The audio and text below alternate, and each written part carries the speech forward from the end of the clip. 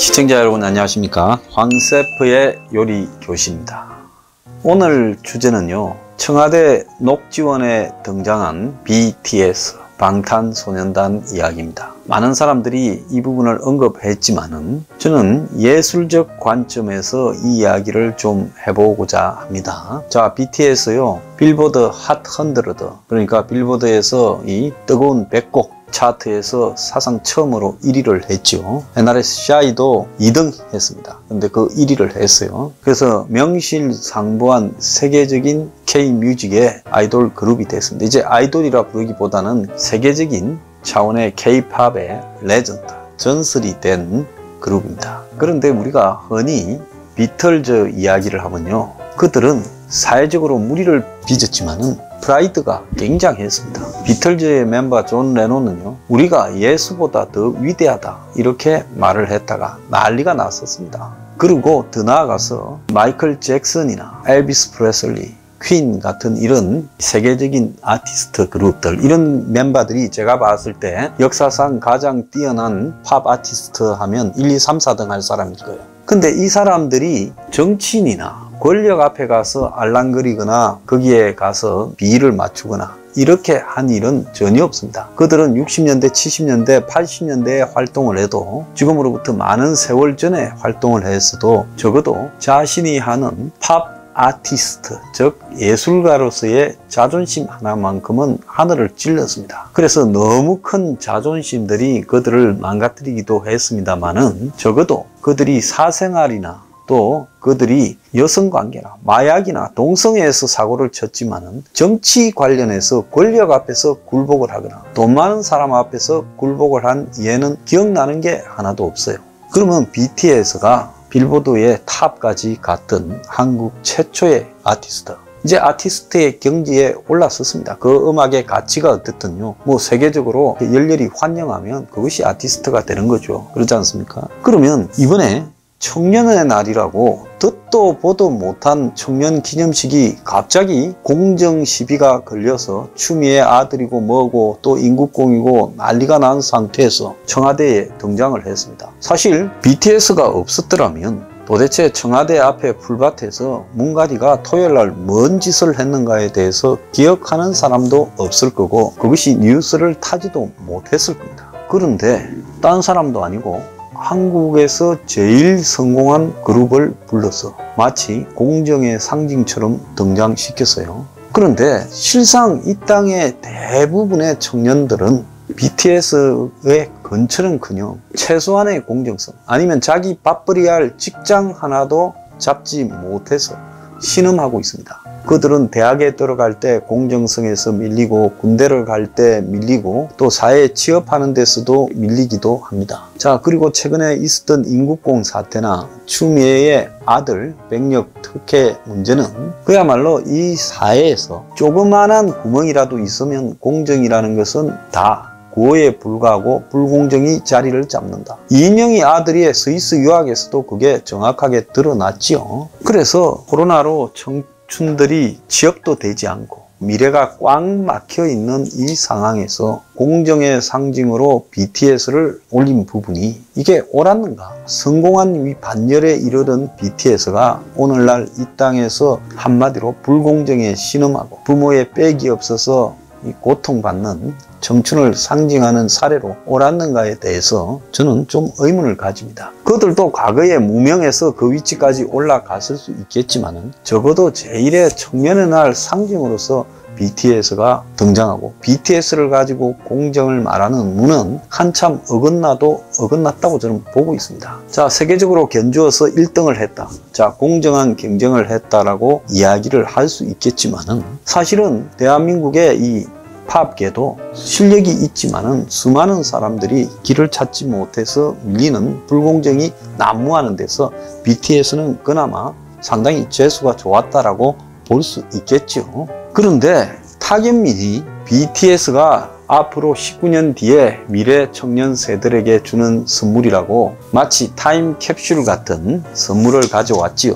그래서 2020년에 젊은이들인 BTS가 2039년에 미래 세대, 그러니까 처음으로 청년이 되는 올해 태어난 애들한테 주는 선물이다, 그런 의미겠죠. 그런데 타겟민이 그 BTS가 그렇게 한 부분은 그날 청년의 날을 연출한 나의 선물이다, 정말 황당한 이야기를 했습니다. 타겟민은 뭉가리가 대통령이 되기 전에 티벳 트레킹에도 같이 갔었습니다. 양정철이하고요. 둘이 얼마나 가까운 사이인지 모르지만은 적어도 자신들 내부의 논리로 따졌어도 타겟민이가 BTS를 불러내서 뭉가리 앞에서 정의를 말하게 해서 내가 국민들 앞에 이 BTS를 보여줘서 선물을 줬다라고 말을 하는 이 형태는 일종의 아주 뭉가리 밑에서 일하는 신하로서 타겟민이 그런 말을 했다면 뭉가리가 타겟민을 잘라야 됩니다. 그러지 않습니까? 아니, 대통령을 빛내는 자리에 아니 BTS가 타겟민이를 보고 왔겠습니까? 뭉가리를 보고 왔겠습니까? 권력이 힘이 있어서 BTS를 불렀겠지만은 BTS가 온 권력의 힘은 뭉가리지 타겟민이 보고 오지는 않았을 겁니다. 섭외해서 타겟민이 역할을 할 수는 있었겠지만 뭉가리가 나오니까 너네들 나와라 했으니까 방시혁이가 BTS를 보내지 않았겠습니까? 과거에요, 권력자들이 술을 먹을 때 자, 연예인들을 부르는 부분을 직접 목격했습니다. 여자 연예인들을요, 술 먹다가 불러요.